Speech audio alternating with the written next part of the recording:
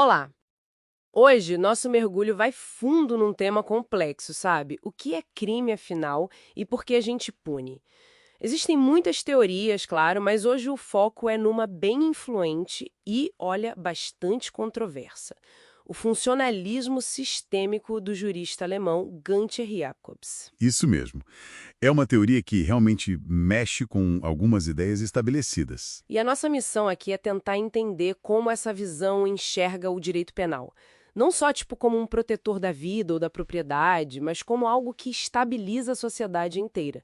A ideia é garantir que as regras continuem valendo, mesmo quando alguém as quebra. Bom, vamos tentar desempacotar isso. Perfeito. Para começar, é bom saber que a base teórica vem lá da sociologia, da teoria dos sistemas sociais de Niklas Luhmann. De forma bem simplificada, Luhmann via a sociedade como um grande sistema de comunicações. Comunicações, como assim? As normas, as leis, seriam, tipo assim, expectativas de comportamento que se estabilizaram. Elas ajudam a gente a saber o que esperar dos outros, simplificam a complexidade do mundo, sabe? Guiam nossas interações. Entendi.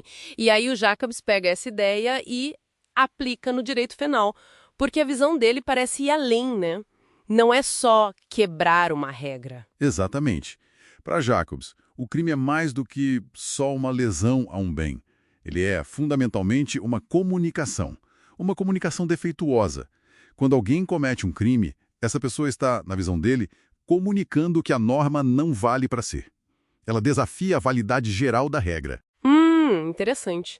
Então, a função principal do direito penal para ele não seria, tipo, compensar a vítima ou só impedir outros crimes? Não prioritariamente. A função-chave, o ponto central de Jacobs, é garantir a vigência da norma. Mostrar que, apesar da violação, a regra continua de pé, continua valendo para todos. Nossa, isso é uma virada de chave, né? Quer dizer que a vítima principal nesse sentido seria a própria norma. E a pena, então, o que seria? Precisamente. A pena funciona como uma contramensagem do sistema jurídico. É o sistema dizendo publicamente: olha, essa regra aqui foi desafiada, mas ela continua firme, ela vale. O objetivo é reafirmar a norma, é restaurar a confiança das pessoas de que podem esperar que as regras sejam seguidas. É o que chamam de prevenção geral positiva, certo? Focada em estabilizar essas expectativas. Isso. E essa lógica acaba reinterpretando conceitos bem clássicos. O bem jurídico, por exemplo. Para Jacobs, não é tanto o objeto concreto, sei lá, a carteira que foi roubada, mas a própria norma enquanto uma expectativa essencial que foi frustrada. Protege-se a vigência da norma. E a culpabilidade, como fica? A culpabilidade também muda de foco. Menos sobre uma reprovação moral pessoal e mais sobre uma falta de fidelidade ao direito. O indivíduo é culpado porque ele tinha condições de seguir a norma. O sistema esperava isso dele como pessoa, mas ele escolheu não se motivar por ela. Fascinante, embora um pouco abstrato, talvez. Mas essa lógica toda leva àquele ponto que gera mais debate, certo? A tal distinção entre o direito penal do cidadão e o direito penal do inimigo. Sem dúvida. Esse é o ponto mais polêmico e criticado da teoria dele. Jacobs faz uma distinção. De um lado tem o cidadão. É aquela pessoa que, mesmo cometendo um crime, um deslize, não representa uma ameaça fundamental e permanente à ordem jurídica.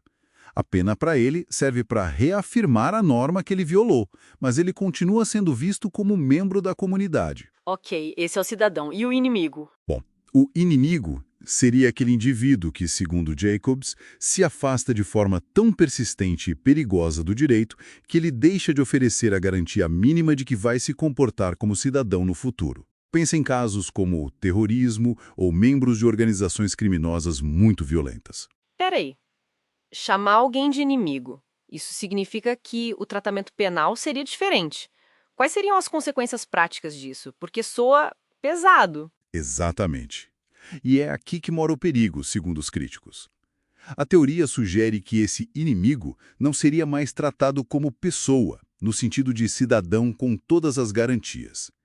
Ele passa a ser visto mais como uma fonte de perigo que precisa ser neutralizada. Neutralizada? Como assim? Isso poderia justificar, na visão de Jacobs, um tratamento penal mais duro e antecipado. Por exemplo, punir já nos atos preparatórios, antes mesmo de um crime de fato acontecer. Penas que poderiam ser desproporcionais à lesão causada. E o mais grave, a possibilidade de relativizar ou até suprimir garantias processuais e materiais fundamentais. A lógica muda, né? De reafirmar a norma para gerenciar o risco, neutralizar um perigo. Nossa, neutralizar em vez de punir como cidadão, isso realmente soa alarmante. Dá para entender por que gerou tantas críticas, né? Críticas fortíssimas, sim, apontam um risco enorme aos direitos humanos, à dignidade da pessoa. A ideia de criar categorias de não-pessoas é vista como inaceitável por muitos. Criticam também a abstração da teoria, sabe? Meio distante da realidade social concreta. E o medo de legitimar um direito penal mais autoritário de exceção. Exato.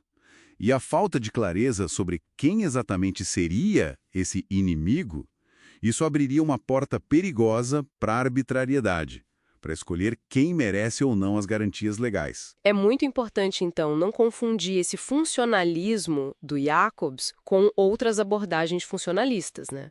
Como a do Klaus Hoxen, por exemplo. Fundamental essa distinção. Hoxen também é funcionalista, mas a linha dele é chamada de teleológica ou moderada. O foco do Hoxen está na proteção de bens jurídicos e nos fins preventivos da pena, sim, mas ele coloca um limite muito claro. Tudo isso tem que respeitar intransigentemente os princípios garantistas e os direitos fundamentais.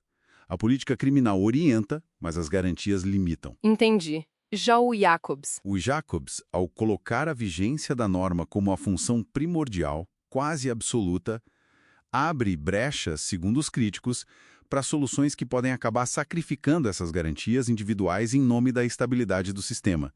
São dois funcionalismos, mas com consequências práticas bem diferentes. E aqui no Brasil, como essa teoria do Jacobs, principalmente a parte do inimigo, foi recebida? Teve alguma aplicação? Olha, no campo acadêmico, o debate é intenso. Muitos conceitos técnicos do Jacobs sobre imputação objetiva, por exemplo, influenciam discussões dogmáticas. Mas a vertente específica do direito penal do inimigo, essa é majoritariamente rejeitada. Rejeitada pela maioria dos juristas e tribunais? Sim, pela doutrina dominante e pela jurisprudência dos tribunais superiores, considera-se que essa ideia é incompatível com os princípios da nossa Constituição de 88, que é supergarantista. Mas conhecer a teoria é importante, até para a gente poder identificar e criticar quando surgem leis ou discursos que, na prática, parecem flertar com essa lógica de tratar certos grupos como inimigos, como exceção. Certo. Bom, então, para a gente amarrar o nosso mergulho de hoje, o funcionalismo sistêmico do Jacobs oferece uma visão bem particular do direito penal, né? Vê-lo como um sistema de comunicação focado em manter as regras do jogo social valendo. Exatamente. A pena nesse olhar é menos um castigo direto ou uma prevenção simples e mais uma afirmação simbólica de que a ordem jurídica se mantém. Mas, claro, sem esquecer a enorme controvérsia que essa visão gera, especialmente a parte do direito penal do inimigo. Com certeza. E os alertas constantes sobre os riscos disso para os pilares de um Estado democrático de direito, como a dignidade humana e a igualdade de todos perante a lei. Fica então a reflexão, né? Até que ponto essa busca pela estabilidade das normas, pela segurança do sistema, pode justificar criar categorias diferentes de pessoas perante a lei? Onde fica o limite para a gente não acabar sacrificando garantias que são fundamentais? É algo para a gente continuar pensando.